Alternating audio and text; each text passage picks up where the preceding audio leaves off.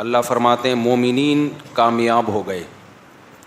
ہمارے ہاں دولت اور شہرت والے کامیاب ہو گئے. صحت، دولت، شہرت، تین قسم کے لوگ ہمارے ہاں کیا کہلاتے ہیں؟ کامیاب. کہتے ہیں سکسیس آپ کے قدموں میں ہوگی. کیا مطلب ہوتا ہے؟ پیسہ آ جائے، عزت مل جائے اور صحت اچھی ہو. تو یہ تین چیزیں ہمارے ہاں سمجھا جاتا ہے کہ بندہ کامیاب ہے.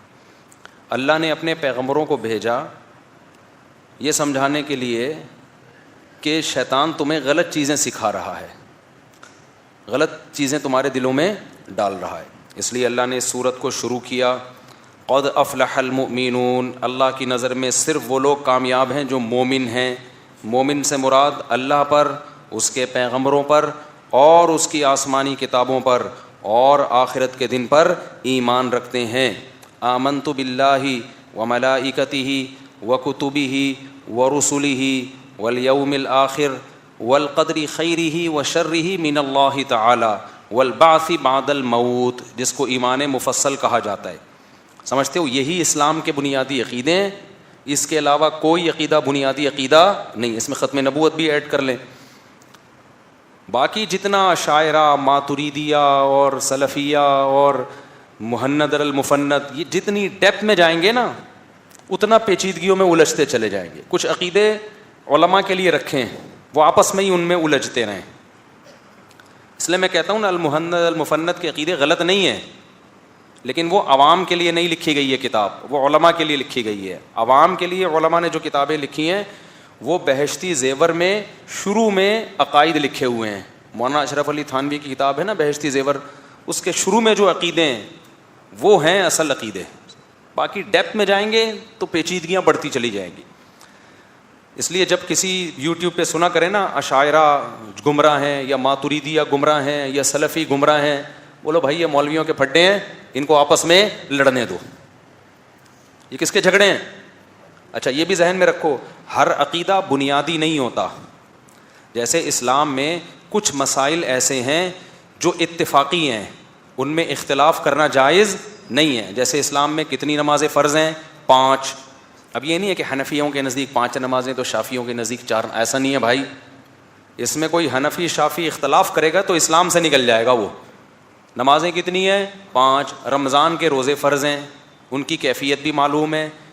زکوٰۃ فرض ہے، حج فرض ہے، حج کا بیسک طریقہ بھی سب کا ایک جیسا ہے. ان میں اختلاف کی اجازت نہیں ہے. حالانکہ یہ فروعی مسائل ہی ہیں، لیکن یہ فروعی ایسے ہیں جن کو شریعت نے 2 اور 2 4 کی طرح واضح کر دیا ہے. اور کچھ فروعی مسائل ایسے ہیں جن میں دلائل دونوں طرف ہوتے ہیں. اس وجہ سے فقہا میں اختلاف ہوتا ہے. ان میں کسی ایک رائے پر زبردستی اصرار کرنا جائز نہیں ہے. ان میں ایک فقہ کو فالو کریں، دوسرے کو بھی برا مت سمجھیں. اس میں ہم حنفی ہیں، کچھ لوگ شافعی ہیں، کچھ مالکی ہیں، کچھ حنبلی ہیں. تو ان میں 4 مکاتب فکر ہیں مشہور جو ہیں، ٹھیک ہے نا، اہل سنت والجماعت کے. یہ اختلاف ان کا اسی وجہ سے ہے تو کہ حدیثیں کس طرف تھیں؟ دونوں طرف تھیں. اس میں یقینی طور پر کسی مسلک کو ٹھیک نہیں کہا جا سکتا، بس سب صحیح ہیں. کیونکہ یہ اجتہادی اختلاف صحابہ کے دور میں بھی تھا اور نبی نے اس اختلاف میں دونوں پارٹیوں کو ٹھیک قرار دیا تھا. جن میں اختلاف ہوا نا دونوں کو کہا ٹھیک ہے.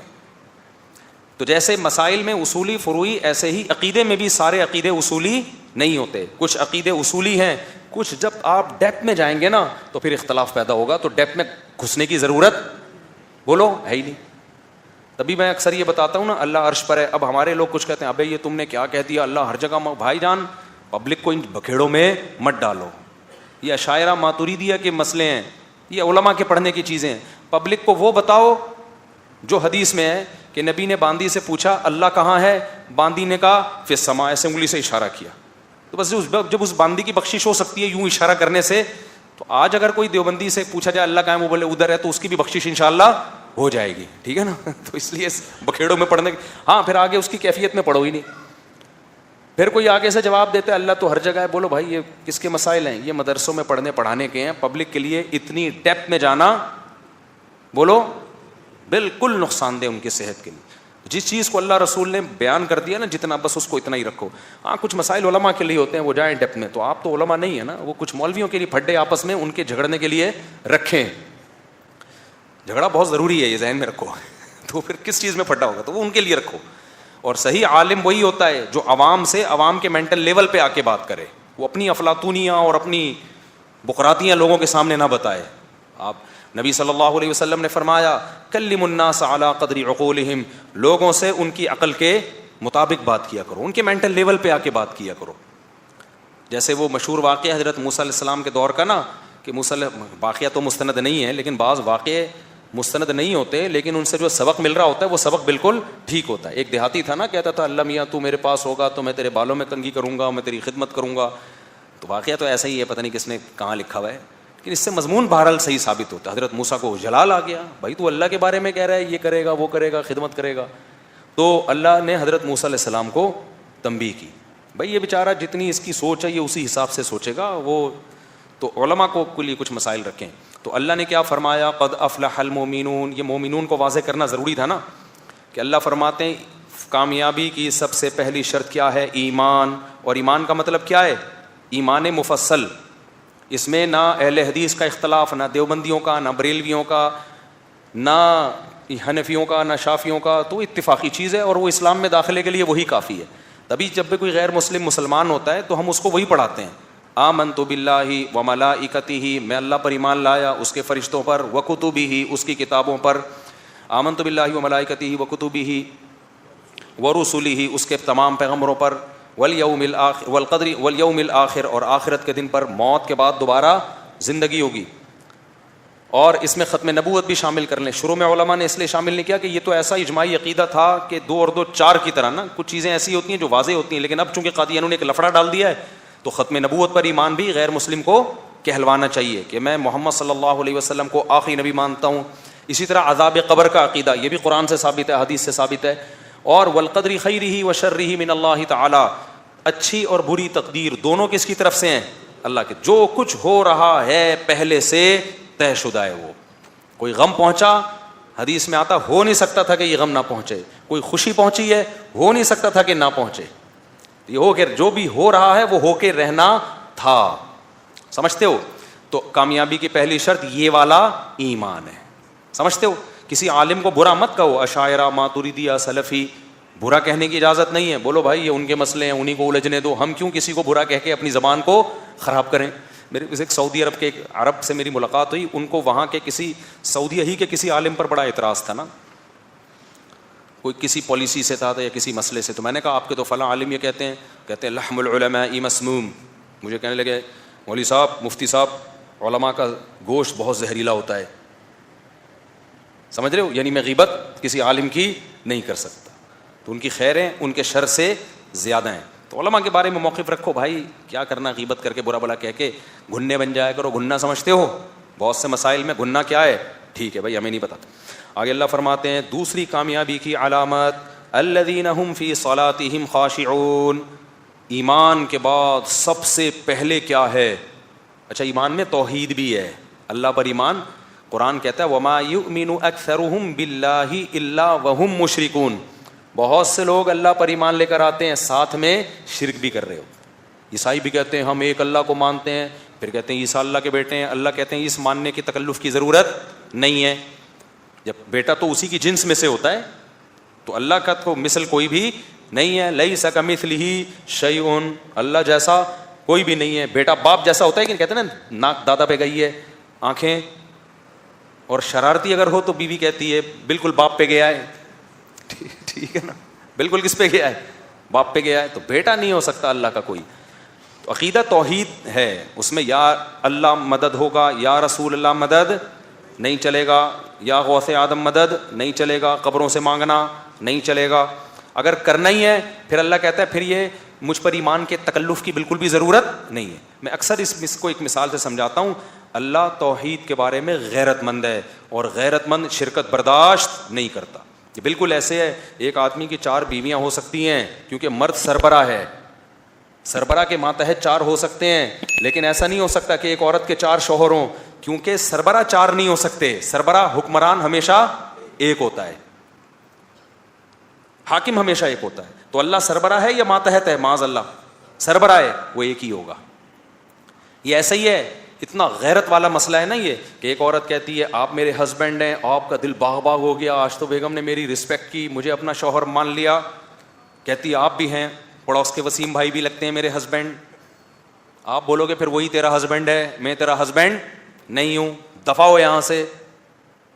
کیا خیال ہے؟ اگر غیرت مند ہوگے, اگر بے غیرت ہوگے ایک نمبر کے, آپ کہو گے تھینک یو. کیا کہو گے آپ؟ Thank you. مجھے فخر ہے کہ میری وائف براڈ مائنڈ ہے, بہت اللہ نے اس کو یورپ کی یونیورسٹی میں پڑھ کے آئی ہے, امریکہ ایسے ہی تھوڑی میں نے بھیجا تھا, انگلش ٹھش پش انگلش بولتی ہے فرفر. اور یہی تو ہے یہ گھٹیا نیچ قسم کے لوگ جن کے صرف ایک شوہر ہوتا ہے, یہ مجھے بالکل بھی پسند, یہ کبھی بھی ترقی نہیں کر سکتے, سمجھتے ہو؟ تو غیرت ہوگی تو بہت سی چیزیں سمجھ میں آتی ہیں. تو غیرت ہوگی تو عقیدہ توحید سمجھ میں آئے گا, بغیرتی ہوگی تو عقیدہ توحید سمجھ میں نہیں آئے گا. اچھا کیا کریں, دو نمبریاں بہت ہو رہی ہیں. بہت سے لوگ کہتے ہیں ہم تو نہیں کہتے اللہ کے علاوہ بھی کوئی اللہ ہے. یہ ایسا ہی ہے جیسے کوئی عورت کہہ رہی ہے میں تو نہیں کہتی کہ میرے ہسبینڈ کے علاوہ بھی کوئی ہسبینڈ ہے, لیکن وہ ہسبینڈ کو جو رائٹس دینے چاہیے وہ کس کو دے رہی ہے؟ پڑوسیوں کو. تو ہسبینڈ کہے گا پھر اس تکلف کی ضرورت نہیں ہے کہ میرا ایک ہسبینڈ ہے. عملی طور پر تم نے 6 ہسبینڈ بولو رکھے ہوئے. خاص محبت ہے جو ہسبینڈ کو دی جاتی ہے, وہ والی محبت میں کسی اور سے شرکت, زینت کس کے لیے عورت اختیار کرے گی؟ ہسبینڈ کے لیے, اپنی طرف مائل کرنے کے لیے. اب آپ جب گھر میں آتے ہیں سڑے ہوئے کپڑوں میں, پڑوس کا وسیم جب آتا ہے ایک دم چمک چھلو بنی ہوئی ہے, آپ کہو گے بھائی یہ جو تو مجھے زبان سے کہتی ہے نا ہسبینڈ, وہ تیرا کچھ لگتا نہیں ہے, رائٹ اس کو وہ والے دے رہی ہے جو کس کو دیے جاتے ہیں؟ ہسبینڈ کو. تو مشرک جو ہے کیا کہتا ہے, وہ گڑبڑ یہ کرتا ہے, وہ کہتا ہے میں ایک اللہ کو مانتا ہوں, اللہ کے علاوہ کوئی دوسرا اللہ نہیں ہے. یہ مشرکین مکہ بھی 2 نمبری کرتے تھے. وَلَئِن سَأَلْتَهُم مَّنْ خَلَقَ السَّمَاوَاتِ وَالْأَرْضَ لَيَقُولُنَّ اللَّهُ. اللہ کہتے ہیں کہ ان سے پوچھیں کس نے آسمان و زمین کو بنایا. مشرکین کہتے تھے صرف اللہ کو, ہم اللہ کے علاوہ کسی کو نہیں مانتے. پھر اللہ کہتا ہے پھر جھکتے کیوں ہو دوسروں کے سامنے جا کے, ان سے مدد کیوں مانگتے ہو؟ آج ہم نے جو سورت پڑھی ہے نا سورہ مومنون, اس کے آخر میں کیا ہے؟ وَمَن يَدْعُ مَعَ اللَّهِ إِلَٰهًا آخر. جو اللہ کے علاوہ کسی معبود کو پکارے گا, تو جس کو پکارے گا وہ معبود ہی ہے. تو اس لیے اسلام میں اللہ کے سوا کسی کو پکارنا جائز نہیں ہے. ایک شرک اکبر ہے, ایک شرک اصغر بھی ہوتا ہے جس کو ریاکاری کہتے ہیں, اللہ کے لیے علاوہ کسی اور کے لیے عبادت کرنا.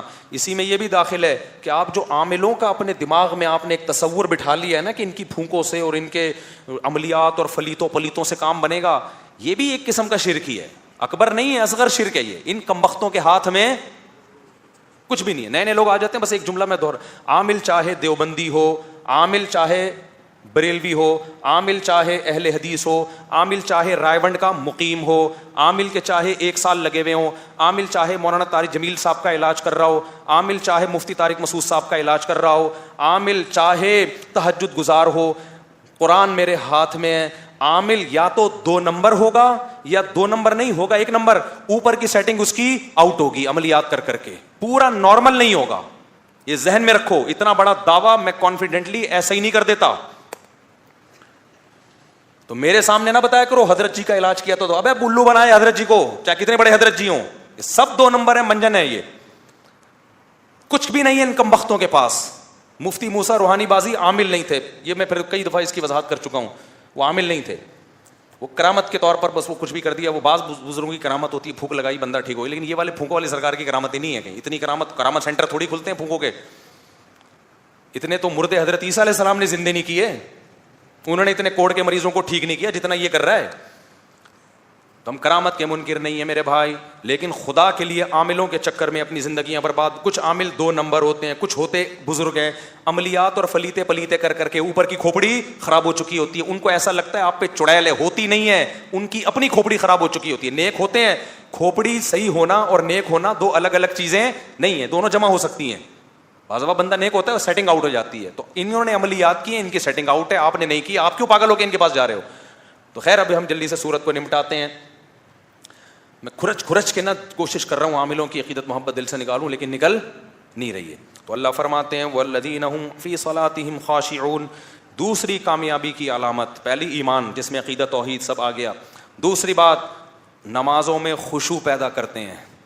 جس کی نماز میں خشوع نہیں ہے اللہ کی نظر میں وہ کامیاب نہیں. تراویحوں میں کیسا بیڑا غرق ہو رہا ہے نمازوں کا یار, یوٹیوب پہ آ رہی ہوتی ہیں گاؤں دیہاتوں کی تراویحاں, ٹھک رکوع ٹھک قوما ٹھک سجدہ, تسلی سے 3 تسبیحات تو پڑھ لو. اب اس کا بعض لوگوں نے حل یہ نکالا ہے کہ اتنی 20 رکعتیں ہو ہی نہیں, رکعتیں ہی شارٹ کر دیں. یہ غلط طریقہ ہے, یہ غلط طریقہ ہے کہ 40 سجدے کرنے تھے, آپ نے وہ 16 سجدوں پہ لا کے 40 اور 16 میں کتنا فرق ہے. اصل طریقہ یہ ہے کہ بھائی جتنی تراویح ہے اتنی پڑھو, لیکن خشوع اور خضوع کے ساتھ.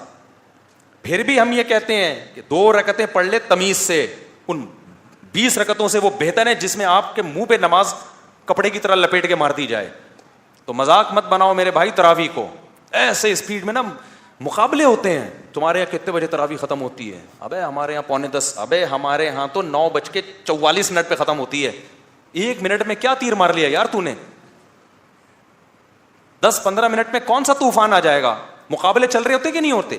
تمیز سے پڑھو. فقہا نے یہ مسئلہ لکھا ہے کہ اگر کوئی قاری تمیز سے تلاوت نہیں کر رہا تو پھر قرآن ختم کرنے کے بجائے الم طرح سے پڑھ لو, لیکن تمیز سے پڑھو.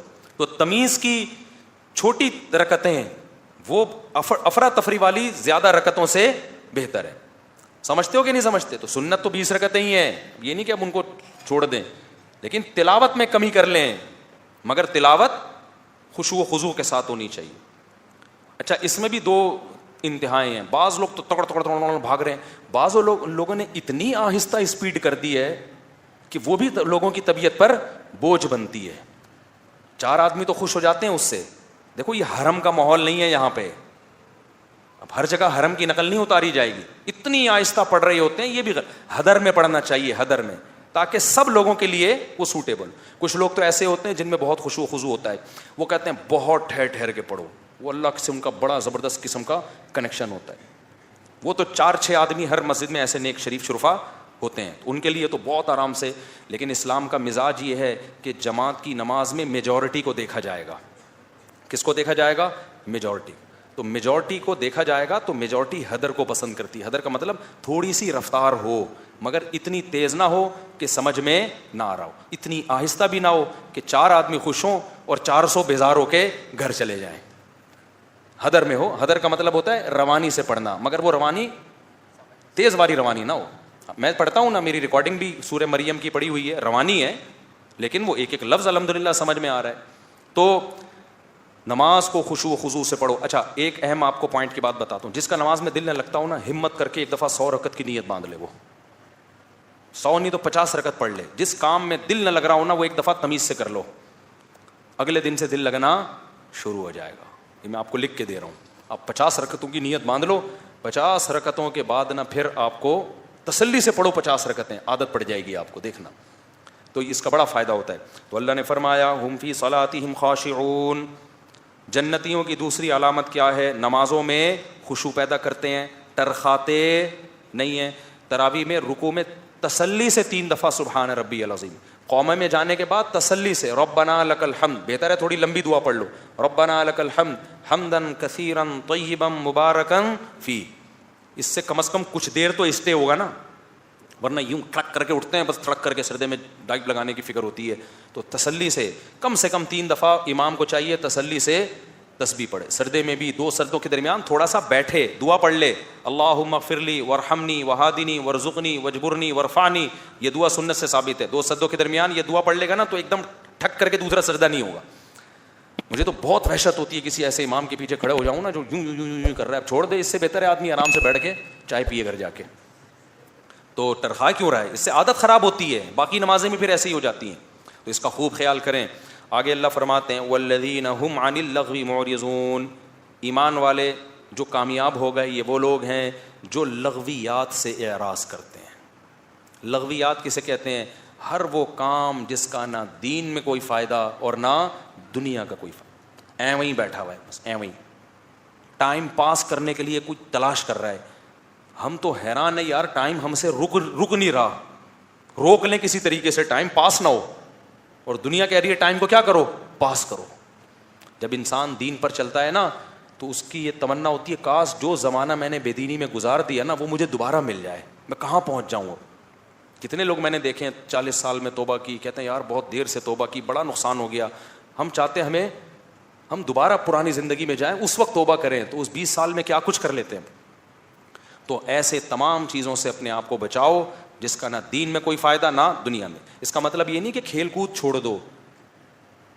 کسی حد تک کھیل کود ہنسی مذاق میں دلچسپی لینا یہ بھی ہماری مینٹلی ہیلتھ کے لیے ضروری ہے. جو صوفی بن کے بیٹھ جاتے ہیں نا اور کھیل کود ہنسی مذاق چھوڑ دیتے ہیں, سب سے پہلا ان پہ پتہ ہے کیا وبال آتا ہے؟ تکبر پیدا ہو جاتا ہے ان کے اندر, ایک وقار, اور وہ ہر وقت ایسے اپنی وہ ایک پرسنالٹی بنا لیتے ہیں. وہ پرسنالٹی ان کی کھوپڑی کو کیا کر دیتی ہے؟ آؤٹ. تو تھوڑا سا ہنستا بولتا اچھلتا کودتا, کبھی کبھار گٹر کے ڈھکن پہ بھی بیٹھ جایا کرو کبھی کبھار. نارمل لائف والا آدمی کیا ہوتا ہے؟ مینٹلی ہیلدی ہوتا ہے. اور جو پھوں پھاں لگا کے رکھتا ہے نا ہر وقت, وہ اوپر سے کیا ہو جاتا ہے, وہ جیسے ہارر مووی ہوتی ہے نا وہ ایسا بن جاتا ہے. کوئی ہارر مووی دیکھ لو یا اس کو دیکھ لو ایک ہی بات ہے. ہر وقت بعض لوگ ایسے ہر وقت ایسے نا غصے میں بیٹھے رہتے ہیں. تو کچھ ہماری سوسائٹی میں ہوتے ہیں کچھ اس طرح کے لوگ جو ہر وقت منہ پہ ان کے کیا بجے ہوئے ہیں؟ 12, ناک پہ مکھی بیٹھی رہتی ہے ہر وقت. تو اللہ کو ایسا آدمی پسند نہیں ہے. تو ہاں, تو میں نے بتایا وہ کھیل جو آپ کی مینٹلی ہیلتھ یا جسمانی ہیلتھ کے لیے ضروری ہے وہ لغویات میں داخل ہے ہی نہیں. تبھی حدیث میں آتا ہے ہر کھیل باطل ہے سوائے 3 کھیلوں کے. ہر کھیل باطل ہے سوائے 3 کھیلوں کے. خوب سمجھ لو یہ مسئلہ. جب بھی حدیث میں آتا ہے نا 3 چیزوں کے 4 چیزوں کے, تو اس سے عدد مراد نہیں ہوتا. یہ صرف آپ کو یاد کرانے کے لیے کہ جو بھی ان 3 جیسے ہوں گے وہ بھی اسی میں داخل ہیں. تو ان 3 کھیلوں میں نبی نے گھڑ سواری, تیر اندازی اور اپنی زوجہ کے ساتھ ملاعبہ, گپ شپ لگانا, باتیں کرنا. بیوی کے ساتھ بیٹھ کے ٹائم ویسٹ بھی کرو گے نا گپ شپ میں, تو اللہ کی نظر میں وہ ویسٹنگ میں شمار نہیں ہوگا.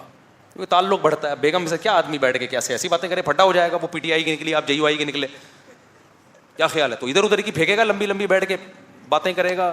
تو اب خوب حدیث مزاج نبوت سمجھو.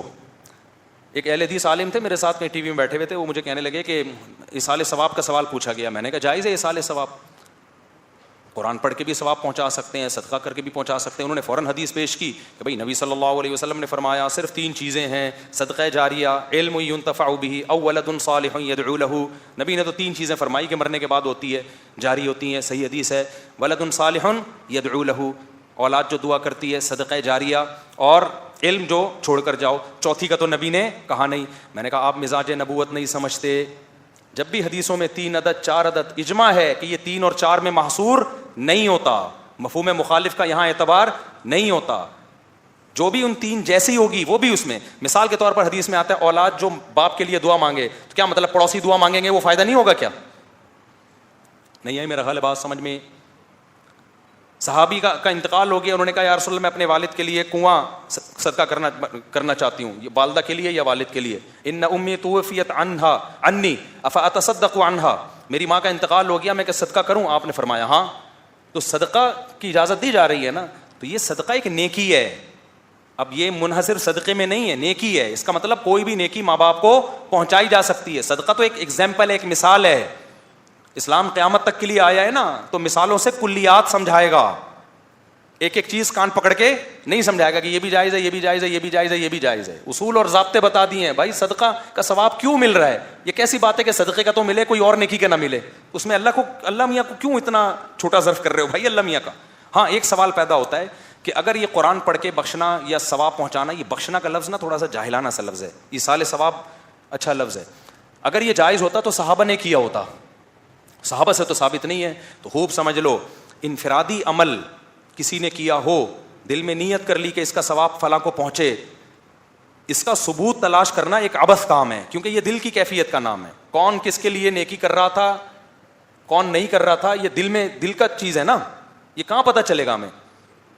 تو کیسے پتہ چلے گا کہ کسی صحابی نے کیا کہ نہیں کیا؟ یہ تو دل میں نیت تھی, کر لیا کوئی بھی نیکی. ہاں اجتماعی طور پر اگر کسی صحابی نے کسی کے لیے کیا ہوتا وہ ثابت ہوتا, کیونکہ اجتماعی عمل سب کو نظر آتا ہے, نیتیں نظر نہیں آتی. اسی وجہ سے ہم کہتے ہیں اجتماعی قرآن خوانی ایصال ثواب کے لیے بدعت ہے, کیونکہ اگر یہ ثابت ہوتی تو منقول ہوتی. سمجھتے ہو کہ نہیں سمجھتے ہو؟ اگر اجتماعی قرآن خوانی مرحوم کے لیے ثابت ہوتی تو کہیں تو ثابت ہوتا کہ صحابہ نے تمبو لگایا, لوگوں کو بلایا, قرآن پڑھا, بخشا. کہیں بھی ثابت نہیں ہے. اس کا مطلب ایصال ثواب اجتماعی طور پہ ثابت, چپ رہ گئے آپ لوگ, نہیں ہے. تو جو مرحوم دنیا سے جایا کرے نا, سب سے بہتر تو وہ کیا کرو جو منصوص ہے. منصوص ہے صدقہ, سب سے بہتر طریقہ ایصال ثواب کا کیا ہے؟ صدقہ کرو. اس کے بعد دوسرے نمبر پہ کوئی بھی نیکی کرنا چاہو, کیونکہ وہ اختلافی مسئلہ ہے, صدقہ میں اختلاف نہیں ہے, لیکن اجتماعی طور پر کچھ بھی نہ کیا کرو. اجتماعی عمل ثابت نہیں ہے, یہ بدعت ہے. آگے ہم چلتے ہیں. اللہ تعالیٰ فرماتے ہیں والذین هم للزکاۃ فاعلون, زکوٰۃ ادا کرتے ہیں. والذین هم لفروجہم, زکوٰۃ میں ہر طرح کے صدقے خیرات بھی آ گئے, ایک سائن ہے. آگے اللہ فرماتے ہیں کامیاب لوگوں کی علامتیں والذین هم لفروجہم حافظون, یہ بڑا مشکل حکم ہے بھائی. فرمایا اپنی شرمگاہوں کی حفاظت کرتے ہیں. شرمگاہ کی حفاظت میں آنکھ بھی داخل ہے. بری نیت سے کسی نامحرم کو دیکھنا, اس کی باتوں سے دلچسپی لینا, سننا, اس کو ہاتھ لگانا, ہاتھ سے لذت حاصل کرنا, یہ تمام چیزیں والذین هم لفروجہم میں شامل. اسلام میں اور سیکولرزم میں فرق یہ ہے کہ سیکولرزم سب کچھ حلال کرتا ہے. تبھی آپ کو پتا ہے گوروں میں شادی شدہ آدمی اگر کہیں زنا کر لینا تو بیوی کو کچھ جرمانہ دینا پڑتا ہے اس کو, کہ بیگم کو اس نے ایکچولی کیا پہنچائی ہے, تکلیف. اور بیوی کر لے تو 50 روپے جرمانہ دے گی اپنے شوہر کو. اسلام میں ایسا نہیں ہے بھائی, اسلام نے بہت سخت حکم رکھا ہے. آگے سورہ نور آ رہی ہے کہ اگر زنا کی حد تک معاملہ پہنچ گیا ہے, اللہ کہتے ہیں زانی مرد اور زانی عورت کو پکڑ کے چوک پہ لا کے 100 کوڑے مارو, اور کوڑے مارتے ہوئے تمہیں ان پہ ترس, نرمی نہیں آنی چاہیے, نرمی نہیں آنی چاہیے. بہت شدید جرم ہے اسلام میں زنا. اور زنا کی طرف جو چیزیں لے جاتی ہیں وہ نظر, سننا, اس سے دوستیاں لگانا, باتوں میں دلچسپی لینا, یہ تمام چیزیں آپ کو کہاں لے کے جاتی ہیں؟ زنا. تو یہ تمام چیزیں بھی اللہ نے کیا کر دی؟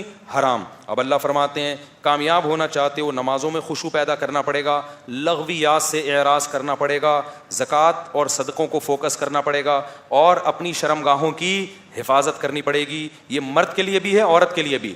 الا علی ازواجہم, زوج کا لفظ شوہر پر بھی اطلاق ہوتا ہے, بیوی پر بھی, سوائے میاں بیوی. اسلام نے آپ کے لیے اپنی خواہش پوری کرنے کا راستہ آپ کی بیوی کے سوا کوئی بھی نہیں. پہلے باندیاں بھی تھی, باندیوں کا سیٹ اپ ختم ہو گیا ہے, اور اب آ نہیں سکتا باندیوں کا سیٹ اپ, اس ماحول میں نہیں آ سکتا. ہاں دوبارہ امام مہدی آئے ہوں, جنگیں ونگے ہوں, پھر اب ہر تھوڑے دن میں لوگ امام مہدی تلاش کریں گے, دیکھنا. تو اور یہ ماسیاں واسیاں باندیاں نہیں ہو سکتی. خوب آزاد عورت اپنی مرضی سے باندی بن نہیں سکتی. سمجھ رہے ہو کہ نہیں سمجھ رہے؟ باندی ایک خاص, اس پہ بہت دفعہ بیان ہو چکا ہے, میں اس ٹاپک کو دوبارہ نہیں چھیڑوں گا ورنہ یہ آیتیں ہماری رہ جائیں گی. آپ کے لیے آپ کے پاس سوائے بیوی کے علاوہ کوئی راستہ نہیں ہے. تو اس لیے میں شادیوں کو فوکس کرتا ہوں میرے بھائی. جب حلال سے سیر ہوگے تو حرام سے قدم دور ہو جائیں گے. حرام سے بچنے کے 2 راستے ہیں. ایک یہ کہ جہاں حرام نظر آ رہا ہے وہاں سے بھاگو. اب آپ کو بھوک لگ رہی ہے, پیسے ہیں نہیں, یا پیسے ہیں لیکن آپ استعمال نہیں کر رہے, آپ کا کون پیسے نکالے پھر خریدے. بھوک لگ رہی ہے, ادھر پراٹھے بن رہے ہیں, شریعت کہتی ہے آپ وہاں سے بھاگو, کیونکہ آپ نے خریدنا ہے نہیں. تو ظاہر ہے چوری کا دل چاہے گا کہ نہیں چاہے گا.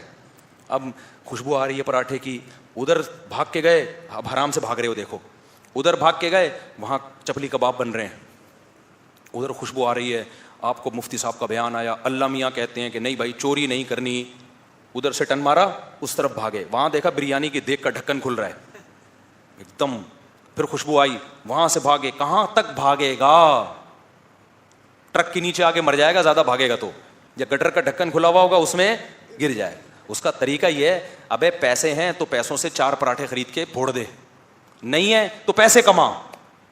فوکس کس کو کر؟ پیسے کما. اور اللہ نے وعدہ کیا ہے جو نکاح کی نیت سے پیسے کمانے کی کوشش کرے گا میں اس کی مدد کروں گا. میں یہ اللہ نے وعدہ کیا. تو پیسے کما اور کھا لے.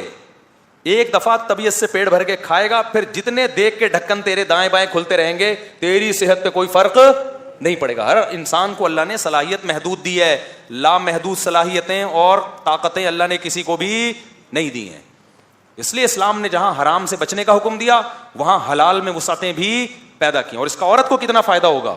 آپ کے حرام سے بچنے کے جذبے کی وجہ سے 4 عورتوں کو گھر مل جائے گا, 4 عورتوں کو شوہر مل جائے گا, 4 عورتوں کو بچوں کا باپ مل جائے گا, عفت اور پاک دامنی والی زندگی مل جائے گی. ورنہ اگر وہ بھی سوسائٹی کو پھر جا کے خراب کریں گی, زنا کا ماحول پیدا کرنے کا خطرہ ہے ان کا بھی. اس لیے اسلام کی طرف آ جاؤ میرے بھائی, دائیں بائیں جانے کی کوشش مت کرو. اللہ کو زنا بہت نفرت ہے اللہ کو, اور اللہ کو نکاح سے اتنی ہی محبت بھی ہے, اتنی محبت ہے اللہ کو. دیکھو اللہ پیغمبروں سے وہی کام کرواتے ہیں جو اللہ کو پسند ہوتا ہے. موسیٰ علیہ السلام نے 10 سال بکریاں چرائی ہیں بیوی کے حصول کے لیے. اس سے پتہ چلتا ہے موسیٰ کلیم اللہ کی نظر میں بیوی کی کیا ویلیو تھی. ان کی لڑکی کے باپ نے کہا نا, حضرت موسیٰ کی زوجہ کے والد نے کہا 10 سال بکریاں چراؤ گے تو اپنی بیٹی دیتا ہوں. فوراً ہاتھ رکھا اور کہا ذالک بینی و بینک, میرا اور آپ کا ایگریمنٹ پکا ہے. یہ نہیں کہا کہ ایکچولی میں تو ابھی اسٹیبل تو ہو جاؤں, پہلے ایک کنٹری میں آیا ہوں, یہ شادی وادی کے بکھیڑوں میں پڑنا, اور ایکچولی یہ ٹوپی ڈرامے سیکولر لوگوں نے ہمیں سکھائے ہوئے ہیں, اور ان کمبخت اسٹیبل ہوتے ہی نہیں ہیں. یہ 50 سال کے بڈھے ہو کے شادی کرتے ہیں. ایک آدھ ان کمبختوں کا بچہ ہوتا ہے جو بڑھاپے میں ان کو چھوڑ کے کمبختوں کو چلا جاتا ہے. ان کے گھر میں نے دیکھے ہیں 2,000 گز کے بنگلے, اوپر بھی نیچے بھی, اوپر بھی پورشن, بیڈ روم اتنے بندہ ہی نہیں ہے. میں تو جاتا ہوں مجھے ٹینشن ہونے لگتی ہے کہ نکالو ادھر سے مجھے, اس سے تو وہ چھوٹا جھونپڑا اچھا ہے جس میں افراد تو ہیں. تو اس لیے میرے بھائی اسلام نیچرل لائف آپ کو دیتا ہے, اس کی طرف آؤ. ان لوگوں کی باتوں میں دیواروں سے انسان کو سکون نہیں ملتا, سکون افراد سے ملتا ہے. افراد ہونے چاہیے گھر میں, بہویں ہوں, داماد ہوں, پوتے ہوں, نواسے ہوں. اب دیکھو ہماری نواسی بھی ہو گئی ماشاءاللہ, وہ گھر میں آتی ہے اتنا اچھا لگتا ہے, وہ پٹکلی سی گھوم رہی ہوتی ہے یوں کر کے, میں نے اس کا نام ہی پٹکلی رکھا ہوا ہے. تو اور پوتے نواسوں میں ایک فائدہ پتہ ہے کیا ہے, اپنے بچوں سے آپ کو محبت ہوتی ہے لیکن پالنا بھی آپ کو پڑتا ہے. پوتے نواسوں سے محبت وہی ہوتی ہے جو بچوں سے ہوتی ہے, پالنا آپ کی ذمہ داری نہیں ہے. کیا خیال ہے بھائی؟ نہ پیمپر کا خرچہ آپ پہ, نہ ڈاکٹر کے لے جانے کا خرچہ آپ پہ, وہ سارا اس کے باپ اور ماں پہ ہے, تم سنبھالو. تو دادا دادی نانا نانی جوانی میں بنو, میں جوانی میں نانا نظر آ رہا ہوں کہ نہیں آ رہا؟ اور یہ تو میرے بڑا والا بچہ تھوڑا چھوٹا ہے, ورنہ تو میں دادا کب کا بن چکا ہوتا. تو جوانی میں دادا بنو, پردادا بنو, اپنی خوشیوں کو آگ مت لگاؤ فیملی پلاننگ والوں کے جذبوں میں آ کے. اور کچھ نہیں ہوتا, انسان کوئی شادی کے بعد باؤنڈ نہیں ہو جاتا. باؤنڈ عورت ہوتی ہے جو رخصتی کر کے آتی ہے, تمہاری تھوڑی رخصتی ہوئی ہے. لوگ کہتے ہیں مرد باؤنڈ جاتا, کچھ بھی نہیں ہوتا میرے بھائی, تو آدمی ہے, تیری رخصتی نہیں ہوئی ہے. رخصتی کس کی ہوئی ہے؟ اس کی ہوئی ہے, وہ باؤنڈ ہوئی ہے, اور اس کے بدلے میں اس کو فائدے مل رہے ہیں. تو پہلے ویسے ہی تھا, اب بھی کیا ہے, ویسے ہی ہے. تو اس لیے باؤنڈ ہونا, ہاں ذمہ داریاں آپ کے اوپر کچھ آ گئی ہیں تو فائدے بھی تو ہو رہے ہیں نا. ان ذمہ داریوں سے فائدہ کیا ہو رہا ہے, آپ کا پیسہ صحیح جگہ استعمال ہو رہا ہے. اگر وہ ذمہ داریاں نہ ہوتی, یہ گٹکوں میں, چرس اور ہیروئن میں لگتا, زنا اور عیاشیوں میں لگتا جا کے, تو پیسہ بھی صحیح جگہ ٹھکانے لگ گیا.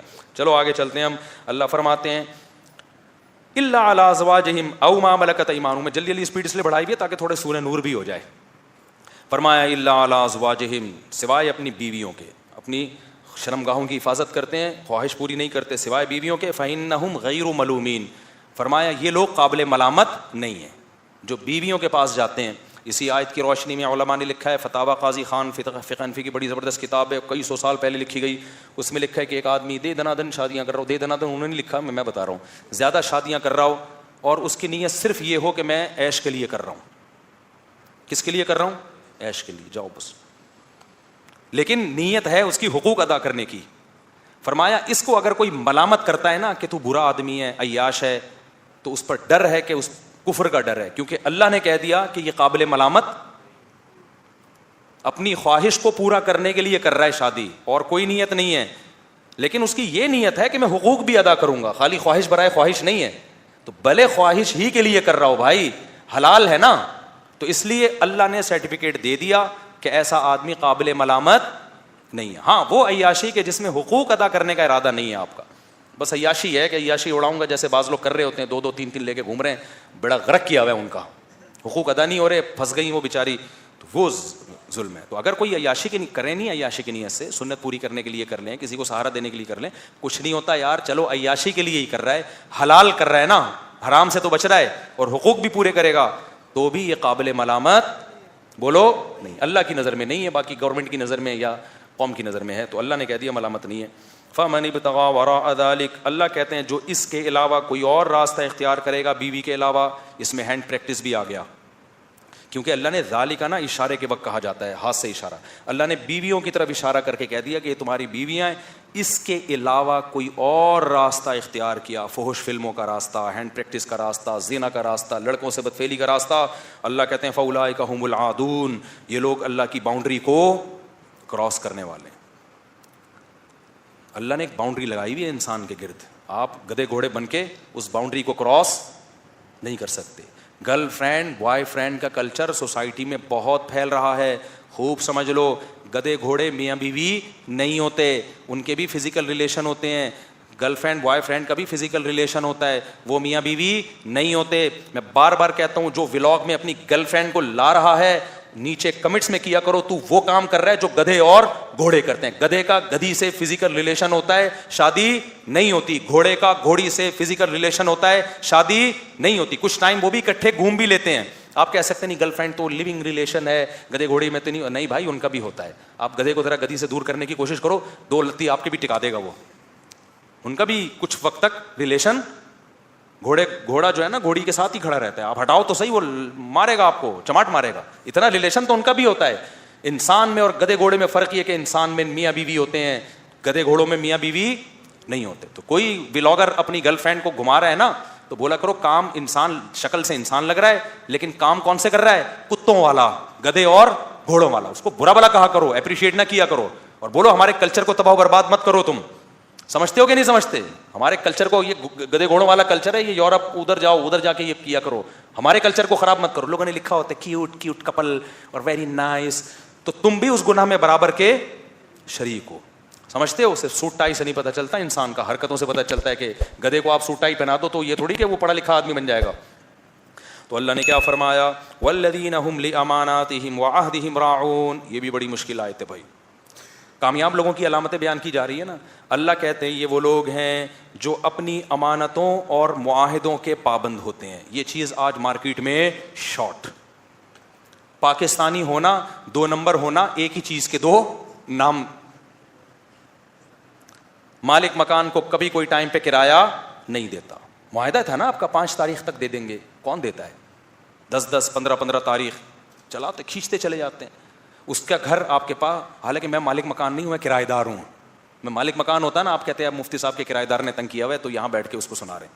لیکن میں نے دیکھا ہے کرایہ دار زیادہ ذہنی ٹارچر کرتا ہے مالک مکان کو.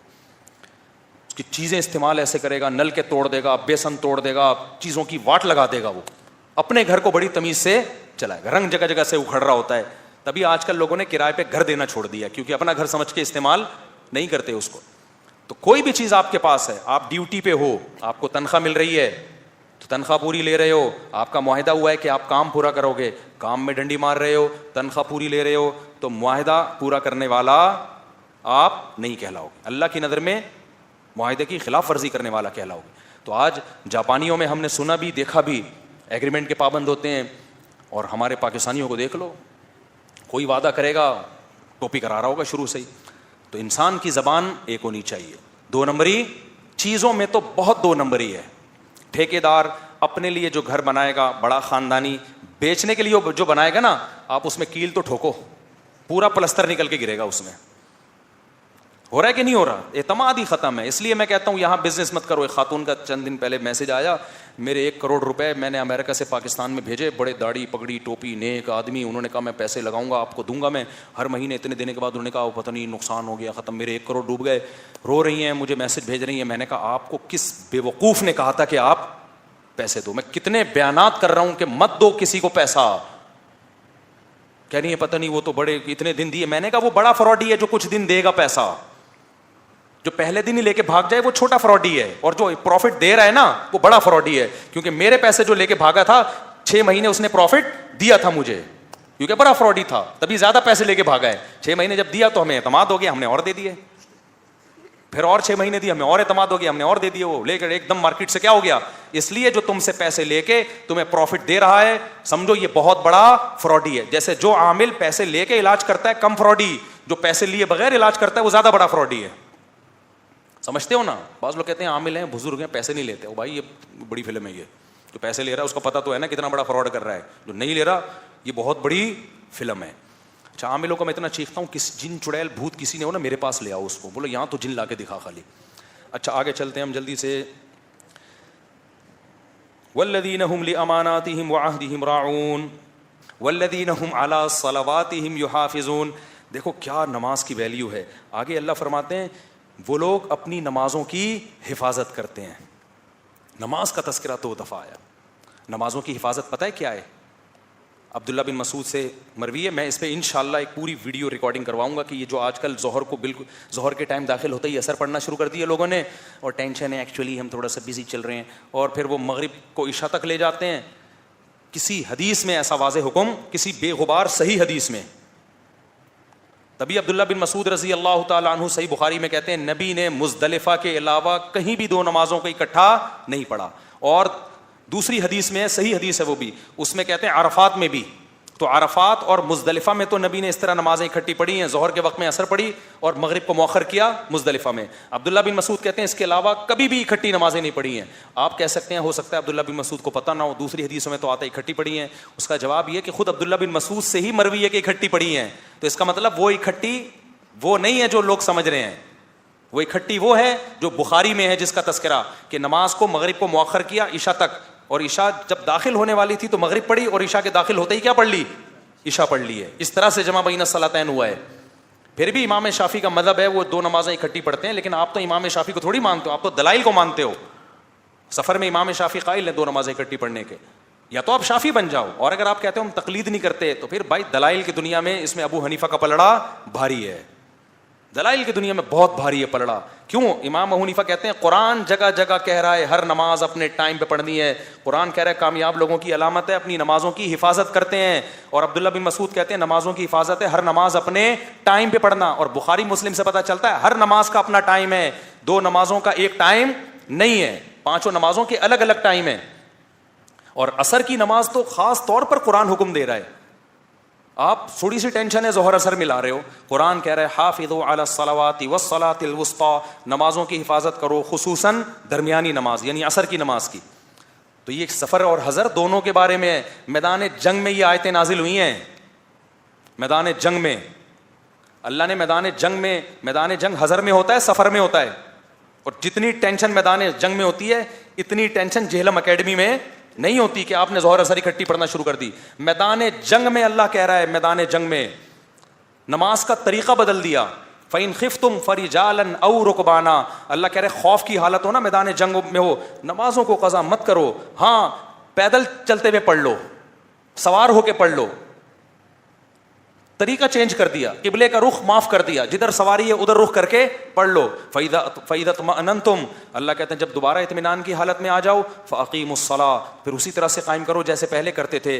اے اللہ اتنی ٹینشن میں تو کیوں ڈال رہا ہے, ہم ظہر کے ساتھ اکٹھی عصر پڑھ لیں گے, اور مغرب اور عشاء میں تو بہت ٹائم ہے, آدھی رات 2:30-3 بجے تک کون لڑتا رہتا ہے, جنگ تھوڑی ہوتی رہتی ہے اتنی, 2:30-3 بجے جا کے مغرب عشاء اکٹھی پڑھ لیں گے. اللہ نے کہا نہیں یہ نہیں کرنا, نماز کا طریقہ میں چینج کر رہا ہوں, ٹائمنگ چینج نہیں کر رہا. کیوں؟ ان الصلاۃ کانت علی المؤمنین کتابا موقوتا, اس لیے کہ نمازیں مومنین پر مقررہ اوقات میں فرض ہیں. ابو حنیفہ کا پلڑا دلائل کی دنیا میں, یہ جو نمازیں اکٹھی کرنے والا مسئلہ اس میں بہت ہی حاوی ہے. اگر آپ تقلید کے قائل نہیں ہیں تو دلائل کی دنیا میں بھی آپ کو ہر نماز اپنے ٹائم پہ پڑھنی پڑے گی. اور پھر میں ریفرنسز کے ساتھ انشاءاللہ اس پہ کلپ ریکارڈ کروانے والا ہوں. وہاں کلپ آئیں گے کہ جو عبداللہ بن عباس کی حدیث ہے نا 2 نمازیں اکٹھی پڑھنے کا مطلب کیا ہے, وہ ساری چیزیں انشاءاللہ مارکیٹ میں آنے والی ہیں. ابھی تو یہ بتانا چاہ رہا ہوں کہ خدا را اپنی نمازوں کو لوگوں کے کہنے میں آ کے ضائع مت کرو. شاپنگ کے لیے جا رہے ہیں تو ظہر کو عصر میں پڑھ رہے ہیں, عصر کو ظہر میں پڑھ رہے ہیں, مغرب کو عشاء میں جا کے پڑھ رہے ہیں, عشاء کو مغرب میں جا کے پڑھ رہے ہیں, یہ کام مت کرو.